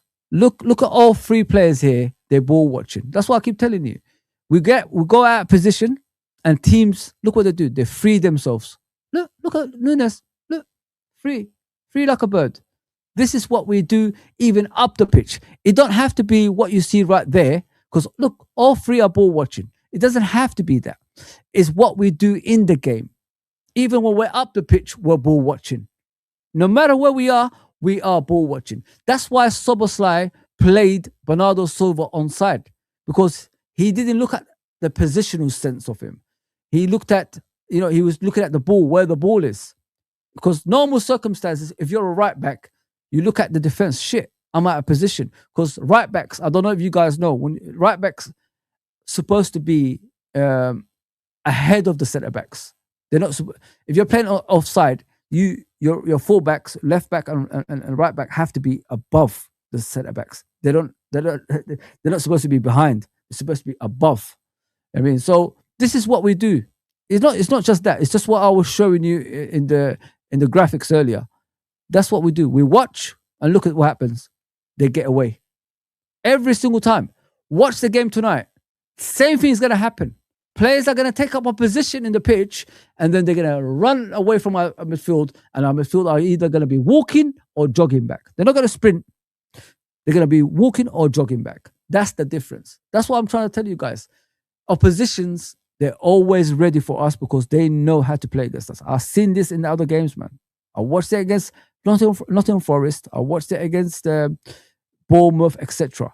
I've seen all these things happening continuously this season. They always take up a position. Even Wolverhampton did it when they came to Anfield. They do the same thing. They do the same thing. As I said, every time the ball's up here, you wonder why these teams are always keeping it here and it looks dangerous. No, they're trying to find a way out for the loose player who's here to get the ball. And then look, Gay, he passed it here. He passed it to that young defender. I don't know his name because I don't want to mispronounce it. And then all of a sudden, bam, there's a gap appearing here. Bam, he gets to the player. They counter-attack. They get a chance. They score a goal. It's always happening, man. Go back and look at the games, guys. We ball watch anywhere. Not just that video I showed you. Anywhere on the pitch, we are ball watching. That's why I said maybe, bringing the midfield back to the three that the team is used to. Maybe this is what we need to do. Maybe this is what we've got to do, to, get back to normality, close to normality. But he's playing this every time, guys. Like, it's getting to the point. It's beyond ridiculous, man. I mean, I'm tired of watching this. I'm really, really tired of watching this. It's simple tactics. It's not even that hard. If little old me can tell you guys these things, he should know it as a head coach. But it's not. Just making the same mistakes. We're gonna see Curtis Jones again. We're gonna see Gakpo on the left. We're gonna see that stuff, man. I can't get him back, man. I don't know why he's stuck there, but that's how we're gonna play. That is how we're gonna play, guys. And it's self-destruction. You know what I mean? We're gonna self-exterminate ourselves in the games because we do things that other team expect us to do. Hence why we keep losing games every single time, if you know what I mean. It's hard to watch, man. It's really, really hard to watch. Yeah, Gakpo is stuck. I think this thing is stuck now. Oh, damn. What can we do? I don't like this thing. Yeah, I can't bring it back. It's gone, guys. Let me take this away. Yeah, so this is what we're going to see this evening. Just watch for it. Just keep an eye and watch what Sunderland would do. They'll pass the ball around the back. We're ball watching, and then they go around us, straight away to the player, counter-attack. They either score a goal or create a chance. Same old story, different season, man. I'm sick of it, man. I am sick of it. Let me get to the comments, man. So that's my lineup. Curtis Jones as a right back. They're going to have Konate and Van Dijk and Kirkes, McAllister, Gravenberch, Salah on the right, Verts in the number 10 role, Gakpo on the left, and Ekatike as a striker. That's what we're going to see.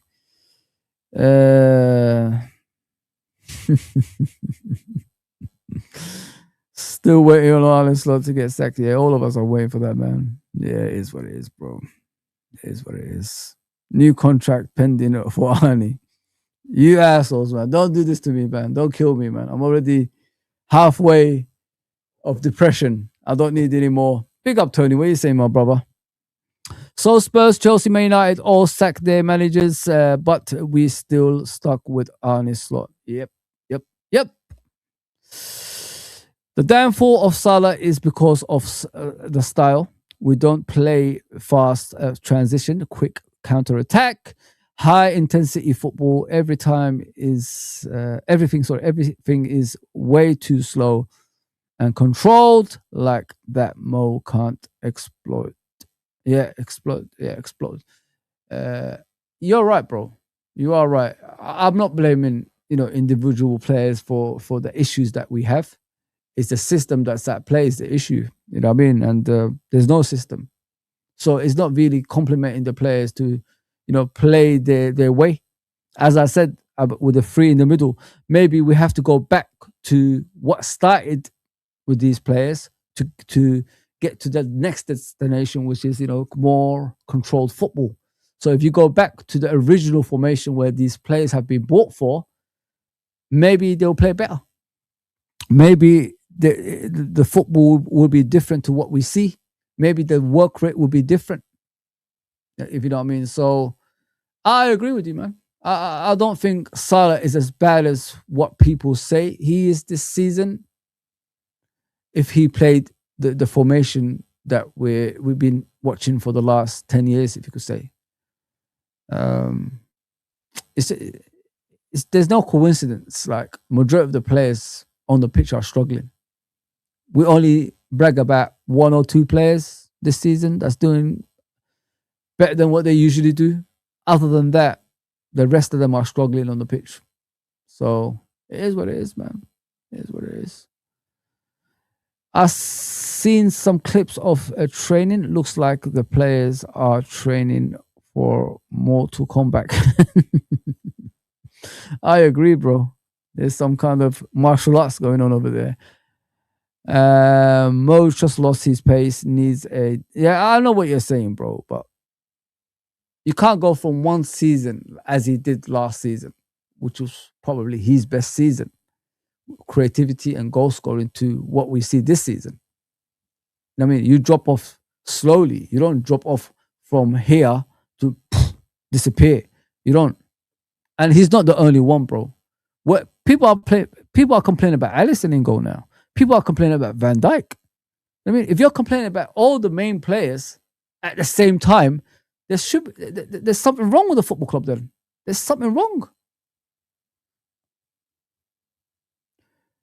Yeah, I don't know. I don't know about that. I don't think it's finished, bro. But yeah, it is what it is, man. FSG refused to sack Slot no matter how bad the results. Then I refuse watching this shit. Fans need to be more vocal at the ground and stop buying tickets. FSG will worry when they see empty seats. Yeah, because they're all about the finance, my brother. They're not about, about winning. You know what I mean? Because if you about winning, you should be looking for league titles. You should be spending in January to boost the squad, to be better than what they are. There you go. The thing with me Tony, is I've seen this in the last 16 years with FSG. But people are refusing because they spent 450 million in the summer and weaken the squad. But people are refusing to acknowledge that. Go back and look at the 16 years, guys. There's no consistency in winning titles if you need to be proven. If you want me to prove to you, you know what I mean? So it's always going to be the same. It's never going to change under these guys. They don't want to get into their pockets, because if you win league titles and competitions in a consistent basis, I'm talking about major competitions, Champions League and league titles, you have to get into your pocket. You have to spend every season because Man United did it when they were the best. Arsenal did it when they were the best. Chelsea did it when they were the best. You know what I mean? And Man City did it when they were the best. Every season there was refresh of the squad. I mean, players go, new players come in. Players go, new players come in. Players get old, new players come in. That's what happens. I mean, you got to refresh the squad because if you got the same old thing every single time, it's not going to stay the same because teams know how to play against you. So you need new players to change things on the pitch. Their ability will show you something different. That's why you get new players in. But they don't want it, Tony. They don't want it, bro. They don't want to have that dominance. You know, they don't want to be him. That's what I'm trying to say. And I'm resigned to saying like that's the ownership that we have until we get someone different. We need new owners. We need someone that's more ambitious in regards to having that continuous success at a football club. Unfortunately for Liverpool Football Club, guys, we're sharing the limelight with a baseball team, with a hockey team. They're trying to buy other stuff. So if you got all that stuff at your establishment, where do you think the money's going to go? We're sharing our money. That's why you don't see them ever get in their pockets in a moment of need. That's why they just let their seasons ride out. Because if they have to spend money on Liverpool, they have to spend money on the Red Sox, the hockey team, and the other organizations they have. They have to do that because they get jealous. I mean, if I see them spending 300 million on players for the Red Sox, I'm expecting money for Liverpool too. You get what I'm saying? So where are they going to get all that money from? I just want an owner that just wants Liverpool Football Club, that can afford Liverpool Football Club on its own. That's all I want. I don't want to share my limelight with everybody else. I don't want to share it with the Red Sox, their hockey team. I don't even know the name of them. I don't care. I just want my team to be my team. Why are we letting an ownership make us second best to other teams that they have? Why? Don't make sense. Don't make sense whatsoever, man. If he doesn't want to play Ramsey, why not play Robbo as a right back? Yeah, I agree. Big up, Clive, my bro. Big up. Haven't seen you for a bit. I hope you're okay, my guy. Freepoint is injured though. No, Rodrigo, I'm trying to give you an example, bro. It's an example, bro. I already gave you the starting lineup. Jones is going to play right back tonight. It's going to be the same team minus Soboslai. But I'm giving an example. That why don't we play three in the midfield again and drop back a couple of yards to make it difficult for opponents? That's what I would do. I said a competent head coach, that's what he would do to make you difficult to beat and play the formations that these players are bought for. We brought these players in to play three in midfield. Do you remember, guys? Or have we forgot that? We no longer play three in midfield. That's why there's gaps everywhere on the pitch. Have you guys forgot that? Like, what's going on? Let's wake up, man. Liverpool suck. Come on, Sunderland. Americano. 500 million down the drain and Liverpool get scammed again. Oh, wow. It rhymes, by the way. Touchline, my bro. Oh, bro, I started this stuff. What are you talking about, touchline? People are copying me. I don't copy anyone. Come on, bro. Where have you guys been? I started this stuff. Where do you think all this stuff comes from? I'm the creator. Hey. Dutch manager don't believe in midfield, LOL. AD, get lost. FSG slot are leading Liverpool well. Back the team, lads. You're an asshole, man. Absolute asshole. Big up, Connor, man. What are you saying? ICL don't even care about the match tonight. Oh, God. Oh, man. To be fair to Sobo, he's not a right back. There you go, bro. That's what I'm saying. Like, if he's taking up positions, which is playing other players onside, what can he do, bro? That's something in the training grounds. Or even if you're not a right back, that's something you got to train in the training ground, isn't it? Like, you got to say right back, left back. When we're defending, make sure you're ahead of the centre backs. Simple as that, Bob's your uncle. It's an easy thing to say to players. But Soboslai stood there, and then you know what happened. Yeah, he has failed us, bro. 100%. We're second to most things. Yeah, that's what I'm saying. Touchline. Why are we like sharing the limelight with different teams? Why are we allowing this as a football club? Liverpool should not be second best to anything. So when you're spending money at Liverpool, you have to spend money. Basically, it's Red Sox first, Liverpool second, the other ones, the ice hockey team and all that stuff, third and fourth, whatever it is, they own after that.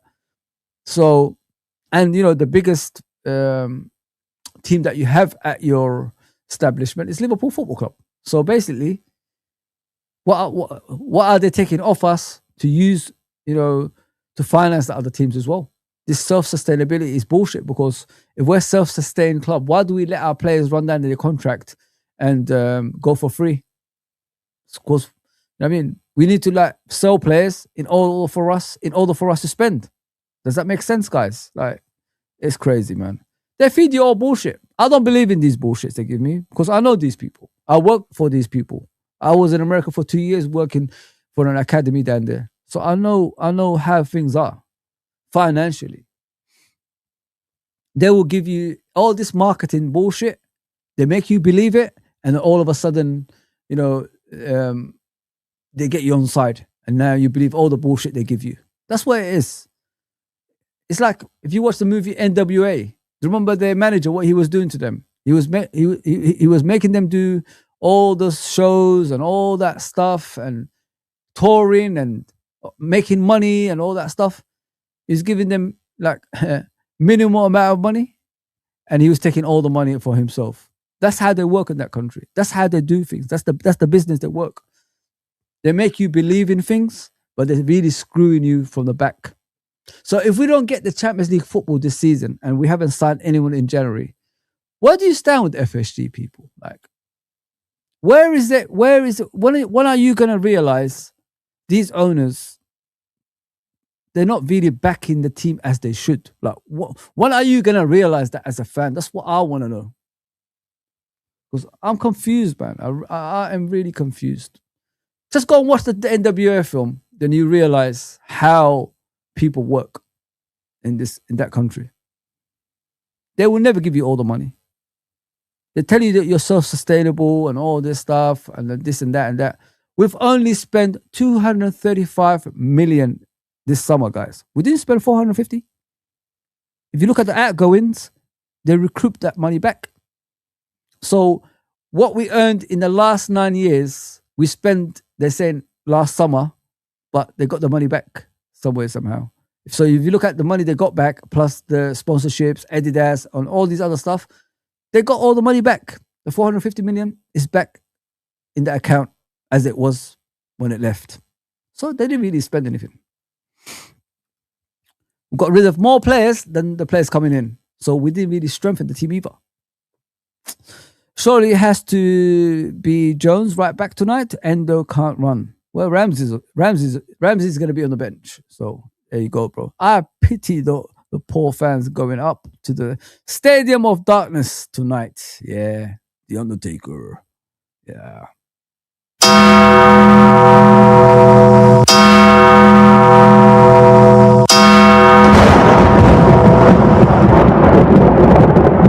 There you go. Breaking news is Thomas Frank has been sacked from Tottenham. Tottenham sacked their manager, Chelsea sacked their manager, and Man United sacked their manager. What is Liverpool doing? Yo. Ramsey won't ever get a chance. The way you spoke in the press conference? Hell no. Breaking news, Slot talks BS. Oh, hell yeah. I agree. So Frank sacked, but Slot still here. LOL. Funny that, my brother. Nems is in the house. Big up Nems, my little bro. Slot playing Salah as a touchline winger this season with no overlap or ball over the top when he makes runs. Yeah, there you go, bro. When he makes runs. Spot on, bro. Spot on. Honestly, don't be surprised if Slot gets a new contract. Do you think I'm going to be surprised? Come on, bro. Come on, bro. Come on. Come on. When he gets the new contract, this is going to happen. I want to tell you the good days are coming.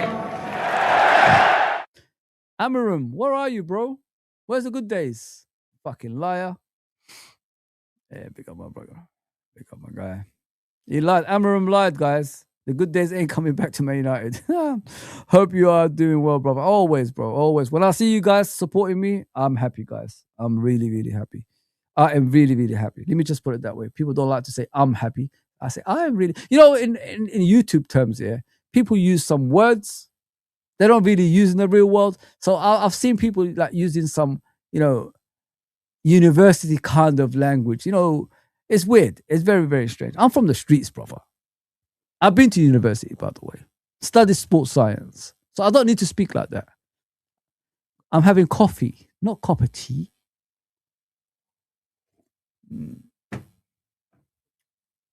Yeah. Slot press conference yesterday was outrageous, even by his standards. It gets worse, bro. Connor, it doesn't get better. It gets worse, my guy. Facts. They are stacking the money for their own future. FSG are a joke. LFC is their side chick. Spot on, bro. They're married to Red Red Sox. We are the side chick, my brother. You know what I mean? We're sharing the limelight with the baseball team, man. And the baseball team is more of their priority than the biggest team that they have. It's kind of weird. Very strange. Very, very strange.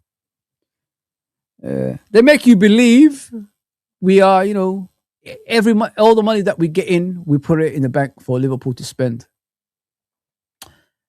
Well, we've been here for 16 years. How often did we spend that money? Somebody can explain that to me. I don't know. Apart from last summer, they spent $500 million. When did they spend money like that? Was a new manager? We need a new manager, of course, bro. Everybody knows that. Fozi, the Messi of YouTubers. Oh, thank you, brother. I'm more Maradona than Messi, but I'll take that. I'll take that. Now Thomas, the tank engine, gets the boot. Thomas, the tank engine. I like that. I used to watch that, by the way. I'm that old. When it's going to be Slot? It's not going to be Slot's turn, bro. It's not going to be Slot's turn. Big up, my guy. Big up. Smash the likes. Big up, MK. What are you saying? The round the table. I think the round the table was just shitty PR to make it appear that Slot is being supported to get us the Champions League places next season, while they plan his replacement behind his back. I'd love to know who his replacement is, bro. I'd love to know. Let me just put it that way. Guys, I've been here for how long? 2 hours. Your boy can talk, can't he? He can talk for a long, long time. But yeah, the Premier League is the Premier League, guys. And it's going to be very difficult for us, my team, to get into the top 4. Man United dropped points yesterday, so have Chelsea. If we win tonight, maybe closer to them. Of course, it is points-wise. But we've got to do a lot more. We've got to do a lot more than we're doing right now, guys. We've got to do a lot more, man. Love the streams. Thank you, Nems, bro. They don't want Alonso, clearly. Well, he might go somewhere else at this rate. Don't forget, man, there's teams in the summer going to be available for Alonso and the other managers. So it's going to be, if we don't act right now, what's after Alonso, bro? So everybody's talking about if we sack Arne Slot right now, bring in Gerrard as an interim. Imagine Gerrard becomes an interim. Does well. Alonso goes elsewhere. Gerrard stays on still as an interim into the new season. Do you think they're going to spend money on players? No. So this is why I keep telling people, we've got to be careful with the interim thing, because if they overstay their welcome, there ain't players coming in. We're just going to decrease. And this is what FSG, I know, like we talk about, they want the money for the Champions League and all that stuff. FSG's kryptonite is them spending. And you can't give them that. You can't arm them with that. And that's what worries me if we get an interim manager. He overstays and things fall apart. We need a head coach that continues with the system that we set under Klopp. That's what we need. So the under 9s, all the way to the first team, understand how we play. So when they come into the first team, nothing's changed. For example, the League Cup final against Chelsea that we won, all the youth was in that team. Are we forgetting that? Why? Because they play the same as the first team from the youth level. And we won playing the same. So that's what we need. That is what we need the next head coach to be, guys. I don't want a head coach that's going to change everything at Liverpool Football Club for the worst. Remember, guys, why were Man United successful? Because they kept the same, formula. They never changed. Why was Liverpool successful from the 60s, 70s, and 80s? Because they kept the same thing. They replaced the manager, who was assistant to the manager, and then assistant to the manager again and again. That's what we did. All the way to Kenny, who was the player manager, who knew what Liverpool was all about. So this is what we got to do. When you have that continuation of the same, tactics, different personnel, it's easier for you to play. Do you know what I mean, guys? Players understand everything. What I liked about our football club in the past is because what I liked about us in the past is how we did things. Not only changing managers, but changing players. We brought in the players that's going to replace that player a season earlier, so he could understand. Come on, come off, come on, come off. And as soon as the player understood the way we play, the other player leaves, we get money back for that, and we put it in other positions, and then we get the other players replaced as well. That's what you got to do to have that. If you're not a Man City, if you're not a Chelsea that's spending all that money, continuous success is being smart. And that's what we don't have at the moment, man. They don't want, 100% they don't want it, Alonso. Get a good rest on your off day. I'm trying, bro. I'm trying. I love being on here, so that's why I come on, my bro. Because, cold. It's cold outside, mate. It's cold. Snooze, you lose. Yeah, man. Everyone has the Enrique dream. He ain't coming. Enrique is a short-term project. It's not a long-term project, guys. So what Liverpool needs is a long-term project. That's the difference. Yeah. Get both, just like in the old days. Yes. MK. Read Fozi. He fooled us at first. He didn't change much from Klopp. Well, it clearly shows, in it, when you're winning with that formation, what formation the players want to play. Bob's your uncle, bro. We need a Klopp style of manager, basically what Slot did last season. Yes, I agree, touchline. Blend of attack and defense. 100%, bro. Not players that's lost. They don't know where they are on the pitch and all that stuff. We need, players that know what they're doing, my guys. That's what we need. Spot on, my brothers. Yeah, guys. I don't want to keep going. It's 2 hours long, this show, man. But I will be back probably for a watch-along and after-match reaction tonight. So let's do this. Let's do this, people. Let's do a bit of Soul Glow. Just let your soul glow. Just let it shine through. Just let your soul, baby, feeling oh so silky smooth. Just let it shine through. Just let your soul glow. I love coming to America, man. Nothing better than coming to America, guys. Nothing better than coming to America. The first one. The second one, I don't know what the hell that was. I don't know what the hell that was. The first one. Yeah, breaking news is Thomas Frank has been sacked from Tottenham Hotspur. They say they're 5 points off the relegation zone, so they got to get new ideas in to get back up the table. So glow, people. So glow. And if you're not down with that, we got 2 words for you. Suck it. There you go. Take care, everybody. Thank you. Thank you, by the way. Thank you, as always, for always joining me. Take care, everybody.